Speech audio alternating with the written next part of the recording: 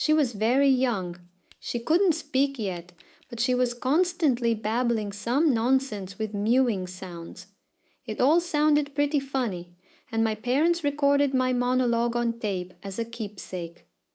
I have already graduated from high school and the Institute of Oriental Languages, which I had a long-standing craving for, and recently I dug up this tape in old junk and decided to listen to it.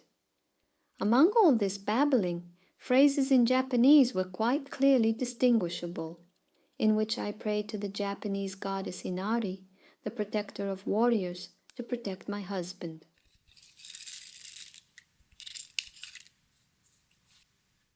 In the middle of the night, my husband and I were woken up by our son with a scratched face, crying and saying that he barely woke us up. It turned out that the hose through which the gas was flowing burst, and we would have suffocated if it hadn't been for the child. When everyone calmed down, she began to treat his scratches and asked how he managed to injure his face so badly. He said that he was sleeping peacefully. Then someone jumped on his chest and began scratching his cheeks with sharp claws, and he woke up from the pain, felt a strange smell, and ran to wake us up.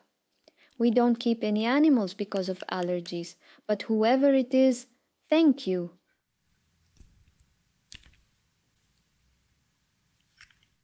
I had to go with a friend, a bus driver, on an overnight flight. It so happened that at the end of the flight, there were no passengers.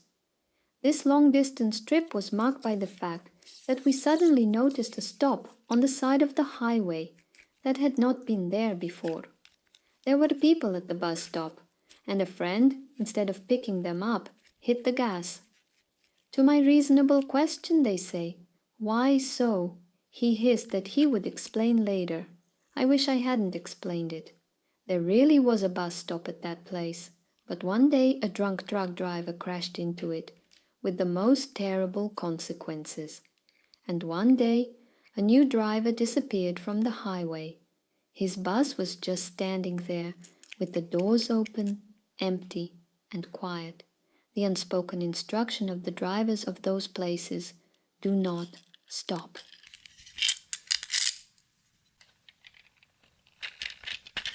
I often forget my phone in the car. This time I came home, changed into pajamas, put on slippers, was about to rest, but I see there is no phone. I'm calling from home to find out if she's lying at home or in the car. The phone was picked up on the second ring. The unpleasant voice of a teenager calls my number and asks me to leave a message after the beep. I'm out. I call for the second time. The phone is picked up almost immediately. Some music and breathing are heard, but they are silent. I run outside and take the car off the alarm. There is a phone, and there are two missed ones.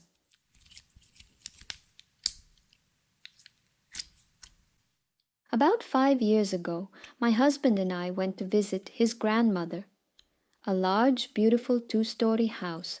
I was about to go upstairs to put on my pajamas, and I saw a woman coming up the stairs.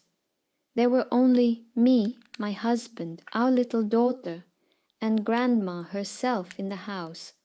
Back in the living room, I told him what I had just seen, and his grandmother calmly declared, "Yes, it's Laurie. She comes often." Laurie is my husband's mother, who passed away when he was only 11 years old. I was terribly scared and couldn't sleep while I was in that house.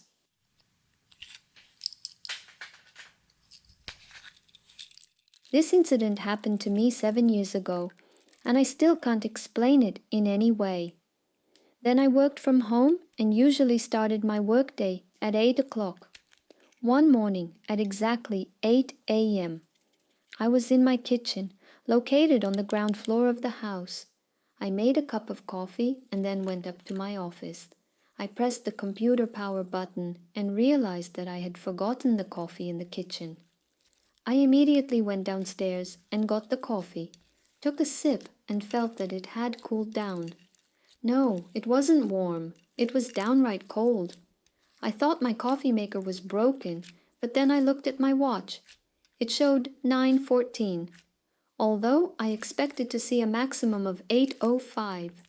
It turns out that 1 hour and 10 minutes of my life flew by instantly and completely unnoticed by me, and I can't find an explanation for this. I had a very unpleasant feeling. I don't understand how this hour has passed. I've never had my electricity cut off. I haven't had any seizures.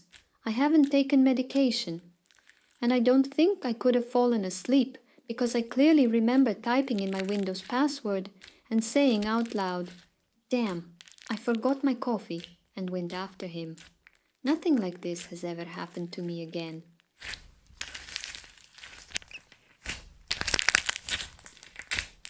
Subscribe to our channel so you don't miss new episodes.